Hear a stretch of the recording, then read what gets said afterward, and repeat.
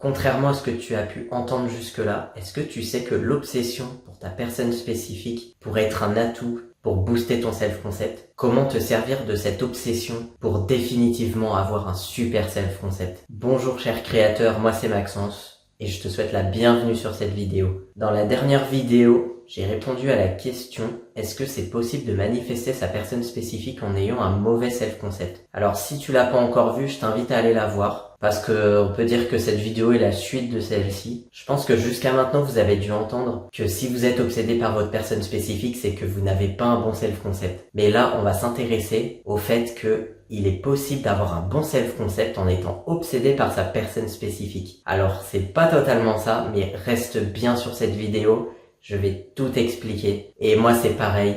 Quand j'ai découvert ça, je m'y attendais vraiment pas en fait. Déjà, n'hésite pas à t'abonner à la chaîne parce que il va y avoir encore d'autres vidéos aussi bluffantes que celle-là et ce serait très dommage que tu les loupes. Alors déjà, je te raconte un petit peu ce qui s'est passé pour moi. J'ai une personne spécifique qui est revenue dans ma vie là en février 2025. La dernière fois que je l'avais vue, c'était en 2023. Alors cette personne spécifique, la particularité, c'est que je ne cherche pas à manifester une relation de couple avec elle, mais c'est un amour très fort que je ressens pour elle, ce que j'appelle moi amour platonique, où il n'y a pas d'envie de rapport sexuel ou d'être en couple avec elle, non, il n'y a rien de tout ça. Ça s'arrête juste à vouloir avoir une relation très proche ou qui peut ressembler à une relation de couple, ok, mais où tu veux lui tenir la main dans la rue, tu veux lui faire sans arrêt des câlins, des choses comme ça, quoi. Voilà, moi ça s'arrête là. Moi j'étais bien dans ma vie, je veux dire, j'étais passé à autre chose, j'avais reconstruit ma vie, enfin il y avait aucun problème, quoi. Et même d'ailleurs parce que en fait la fin était prévue en 2023 puisque c'est une personne que j'ai connue sur le monde du travail. Donc j'ai su au moment où elle partait. C'était pas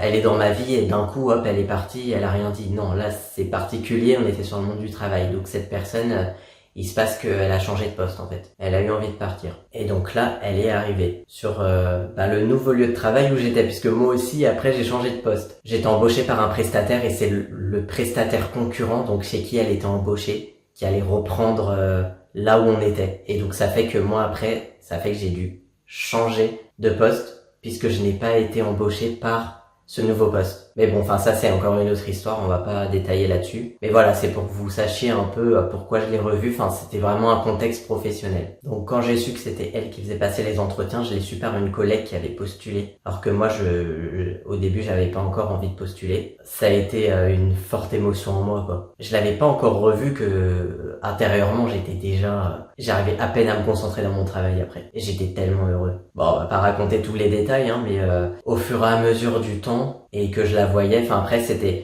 savais jamais quand est-ce qu'elle serait là ou pas parce qu'on pouvait pas vraiment se parler quoi, parce qu'elle était toujours avec d'autres gens, et bon moi j'étais avec mes collègues aussi, donc voilà. Le seul moment où il y a eu un vrai échange finalement, c'était pendant l'entretien. Parce que oui, j'ai fini par passer l'entretien, en sachant qu'elle me connaissait déjà, quoi. Au début, j'étais vraiment dans le lâcher prise, je me disais, tiens, est-ce que tu aurais envie de la manifester? Parce que je m'étais déjà reposé la question avant de la revoir, hein, de temps en temps. Parce que quand elle était partie en 2023, j'étais dans l'obsession de vouloir la manifester à tout prix, donc là, je mettais clairement mon désir sur un piédestal. Et ensuite, là, voilà, je me suis reposé la question et je me suis dit, écoute, pourquoi pas, hein. C'est vrai que vu que je l'avais revue, ça avait réactivé tout cet amour en moi, parce que sinon, l'amour, il avait pas disparu, hein. L'amour s'était juste mis en pause et là, le fait qu'elle revienne, ça a tout réactivé. Et là, ouais, je me dis, j'ai trop envie de la manifester. J'ai trop envie de manifester cette relation avec elle, cet amour platonique. Il faut savoir que cette personne m'aimait bien. C'est juste que, elle ressentait pas cet amour platonique pour moi. Elle disait bien m'aimer, mais juste en tant que collègue, quoi. Alors que moi, je trouvais que, par rapport aux autres, on avait quand même une relation, on avait quand même une bonne relation, quoi. Mais évidemment, il y a pas eu de contact physique ou de choses comme ça. Donc voilà,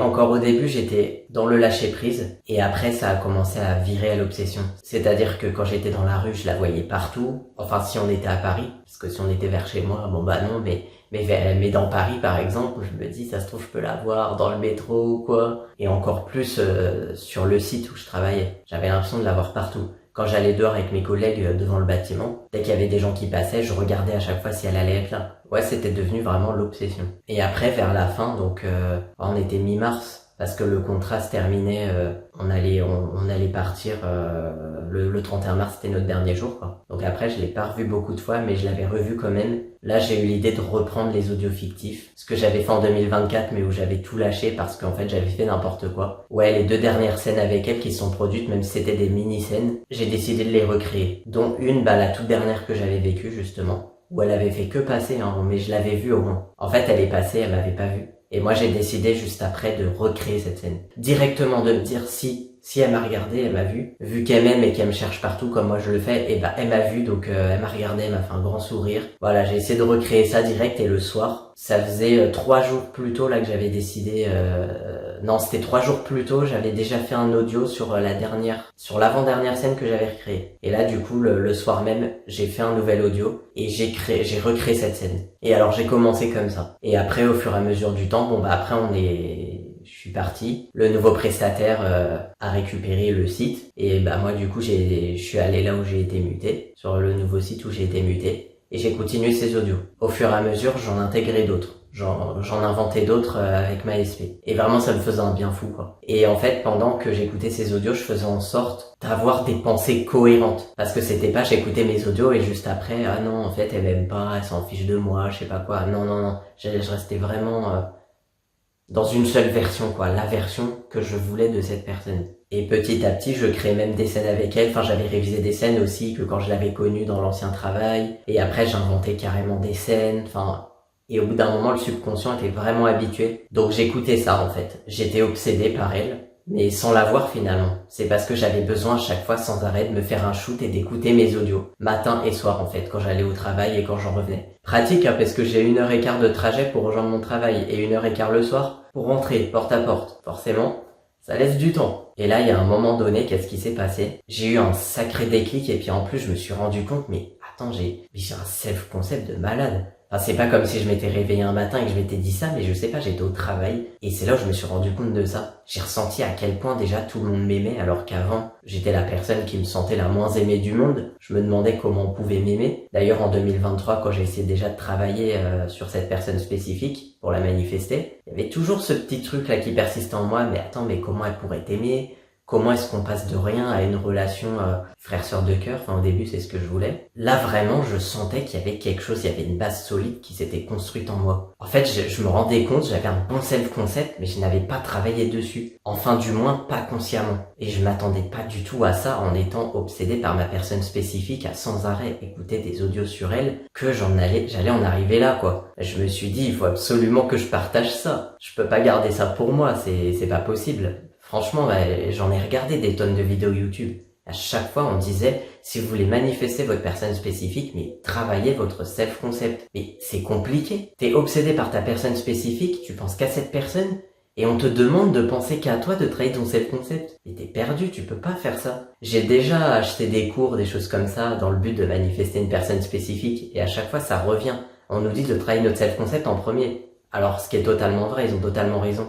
Mais du coup, on vous arrache de votre personne spécifique pour essayer de vous recentrer sur vous. Alors moi, personnellement, je n'ai jamais réussi à le faire. Après, il y a différentes façons. On peut faire des affirmations, des visualisations. Enfin, chacun a ses techniques, du scripting, où on se recrée, en fait. On recrée la version de nous, on devient une meilleure version de nous-mêmes. Moi, j'ai déjà essayé en faisant des affirmations, des choses comme ça, mais en fait, c'est quand j'avais un coup de motivation, je me dis, allez, je suis motivé, je veux ma personne spécifique, allez, je vais travailler mon self-concept. Sauf que comme je disais dans la dernière vidéo, faut pas travailler son self-concept pour manifester une personne spécifique, faut le faire pour soi. Et là, en fait, t'es obsédé par ta personne spécifique, donc en fait, ça tient 2-3 jours peut-être, le fait de faire des affirmations sur toi-même, et après, non. C'est une drogue, t'as besoin de ton shoot avec ta personne spécifique, tu as besoin de ces scènes où tu t'imagines dans la relation avec cette personne. Alors c'est pour ça, quand j'ai vu qu'en fait on pouvait arriver au même point en procédant à l'envers, je me suis dit faut pas que je garde ça pour moi, quoi. Et c'est pour ça qu'aujourd'hui j'ai plaisir vraiment à vous partager ça. Au lieu d'aller à contre-courant, là on va se laisser porter par le courant. Et en fait on va arriver au même point, mais sans rien lâcher.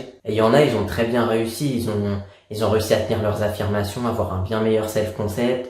Ils ont réussi à faire revenir leur personne spécifique après ça, et tant mieux pour eux, bravo à eux. Mais moi, c'est vrai que c'est mon cas, je n'ai jamais réussi. Et peut-être que vous, si vous regardez cette vidéo, c'est peut-être parce que vous savez plus du tout quoi faire non plus. vous avez peut-être tout essayé et rien n'a marché. Et là, je vais vous dire comment faire. Parce qu'il faut pas faire n'importe quoi. Ok, vous avez le droit de penser à votre personne spécifique autant de temps que vous voulez, autant de fois que vous voulez. Mais il ne faut pas le faire n'importe comment. Et au début, vous vous occupez vraiment de votre personne spécifique. Vous-même, non. En fait, ça paraît bizarre parce que là, oui, ok, vous laissez la place à votre personne spécifique sur votre piédestal. Alors oui, comme ça, c'est pas bien, mais il faut pas hésiter comme ça, hein, pendant un court temps, à lui laisser la place pour ensuite que vous, progressivement, vous prenez cette place. Vous vous donnez le désir à vous-même. En fait, c'est comme un enfant dans un magasin de jouets. Il va flasher sur un jouet, il va trop vouloir ce jouet. Si ses parents lui refusent le jouet, il va y penser, il va peut-être faire une crise, enfin, ça n'ira pas du tout, quoi. Et même en rentrant à la maison, ce jouet, il va peut-être pas l'oublier, il va absolument le vouloir tout le temps. Ça va toujours revenir dans sa tête.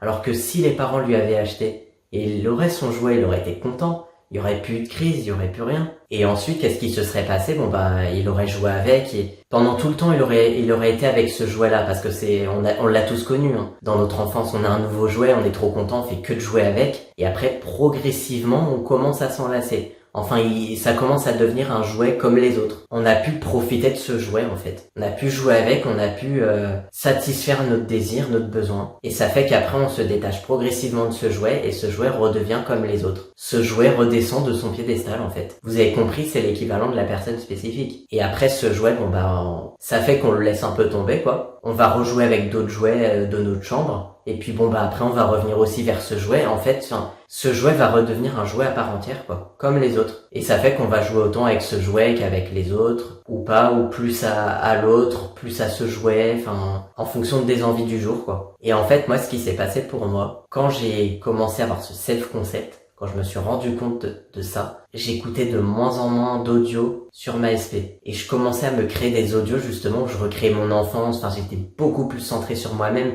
Là, d'un coup, c'est comme si je me réveillais, que je me rendais compte que j'existais, et que je pouvais m'améliorer, et j'avais plaisir vraiment à pouvoir me recréer, en sachant qu'on sait qu'avec la loi de l'attraction, la loi de l'assomption, on peut tout faire, on peut tout avoir, on peut devenir ce qu'on veut. C'est comme si jusqu'à maintenant, j'avais passé mon temps à ma fenêtre à regarder la maison du voisin. Ah, comment elle est belle sa maison, il a trop de chance, je veux trop avoir cette maison. Et là, c'est comme si d'un coup j'avais refermé la fenêtre et que je me rendais compte que moi aussi j'ai une maison. Ok, peut-être qu'elle me semble moins bien, mais moi aussi j'ai une maison. Moi aussi je peux l'améliorer, ma maison. C'est comme si là, voilà, je me recentrais sur moi-même, je me recentre sur ma maison et que là, je suis en train de regarder cette maison qui peut-être, ok, n'est pas au top. Et là, je réalise que je peux en faire quelque chose de cette maison. Je peux repeindre les murs, je peux acheter des nouveaux meubles, je peux faire plein de travaux, je peux faire ce que je veux. Et j'arrête de regarder la maison du voisin. Je sais que moi aussi, je peux avoir une aussi belle maison, voire même encore plus belle. Je peux me façonner une maison à ma façon, en fait. Et donc là, en fait, ce qui s'est passé, c'est qu'à un moment, je n'ai plus du tout eu envie d'écouter d'audio sur ma personne spécifique. Là, c'était vraiment que sur moi-même. Et ça a fait ça pendant, peut-être une semaine. Enfin, jusqu'à qu'il y ait un moment où j'ai créé une playlist où il y avait juste des audios sur moi-même. Et après, le lendemain soir, j'ai eu besoin de recréer un audio sur ma SP. Mais là, je recréais l'audio, justement. J'en faisais un autre. Sur un que j'avais déjà fait, mais je le refaisais. Parce que j'avais un petit moment de mou. Enfin, j'étais pas dans le négatif, mais j'étais un peu neutre. Et le fait d'être neutre, ça fait bizarre maintenant. Parce que moi, j'ai eu l'habitude d'être toujours super bien. Donc là, quand il y a une petite baisse, c'est vrai que ça me fait bizarre. Et là, j'ai eu besoin de me rebooster et je me suis écouté, je me suis dit, tiens, j'ai envie de voir, je vais réécouter un audio sur ma SP. Et en fait, là, j'ai pas réécouté, mais j'en ai refait un carrément. Et là, ça a été, c'était reparti, en fait. Et là, en fait, ça fait que j'écoute encore des audios sur ma SP, mais en fait, il y a plus d'obsession. Je suis complètement dans ma finalité avec cette SP. Il y a plus de questions qui se posent, il y a plus de quand est-ce qu'elle va revenir ou quoi. Ça n'existe plus. Et pour la première fois, j'ai vraiment su ce que c'était que la finalité et aussi avoir un bon self-concept. Alors, ce que vous devez faire pour l'instant, peu importe la technique que vous allez prendre, si vous voulez faire des affirmations, plus des visualisations, ou si comme moi, vous voulez faire des audios fictifs, la seule règle à suivre, c'est vraiment de penser à votre respect, juste dans la relation que vous voulez. Il est hors de question d'avoir des pensées contraires. Là, c'est comme si vous cherchez à manifester votre respect sans self-concept. En fait, c'est le même principe. Vous faites de la révision, vous révisez des scènes. Là, vraiment, la première chose que je vous conseille de faire, c'est de réviser des scènes. Commencez pas à inventer des scènes, réviser des scènes. Il faut que ça paraisse le plus naturel possible pour votre subconscient. Alors je vais pas m'étendre plus parce que la vidéo est déjà assez longue, mais vous inquiétez pas, il y a des sujets que je vais beaucoup plus détailler. Je vous expliquerai plus un jour ce que c'est vraiment que les audios fictifs. En attendant, Si vous voulez en savoir plus dès maintenant sur ces audios fictifs, je vous invite vraiment à rejoindre le groupe Facebook parce que pour l'instant, alors j'ai pas assez de recul sur cette méthode, je la pratique sur moi, ça fait presque 3 mois déjà, il y a quand même d'excellents résultats, mais j'aimerais le tester sur vous aussi et en privé. Et après, je reviendrai sur YouTube faire des vidéos sur ces fameux audios fictifs. Donc là, vraiment, en attendant, abonnez-vous à la chaîne parce que comme je vous ai dit, il y aura encore plein d'autres vidéos. Là, la prochaine vidéo que je vais vous faire, c'est sur le self-concept. Je vais vous dire vraiment tout ce que ça m'a apporté le self-concept. Et il y a tellement de choses auxquelles je ne m'attendais pas. C'est incroyable. Parce qu'on a beau écouter des coachs en loi de l'attraction qui disent voilà, c'est ça d'avoir un bon self-concept. Mais tant qu'on l'a pas vécu, on réalise pas à quel point. On réalise pas ce que c'est. Là, quand on est dedans, on se dit mais c'est tellement incroyable. Et là, on se dit mais oui, le self-concept est la chose à avoir avant de manifester ses désirs. Mais là, en attendant, occupez de vous, juste de penser à votre personne spécifique. Créez-vous, révisez des scènes avec cette personne, des scènes que vous rêverez de vivre. Faites-vous plaisir, faites-vous des shoots de super émotions. Et n'oubliez pas, vous êtes le seul et unique créateur de votre vie. J'ai hâte d'avoir vos nouvelles dans les commentaires, de savoir si ça a marché pour vous. Et on se retrouve très bientôt dans une prochaine vidéo.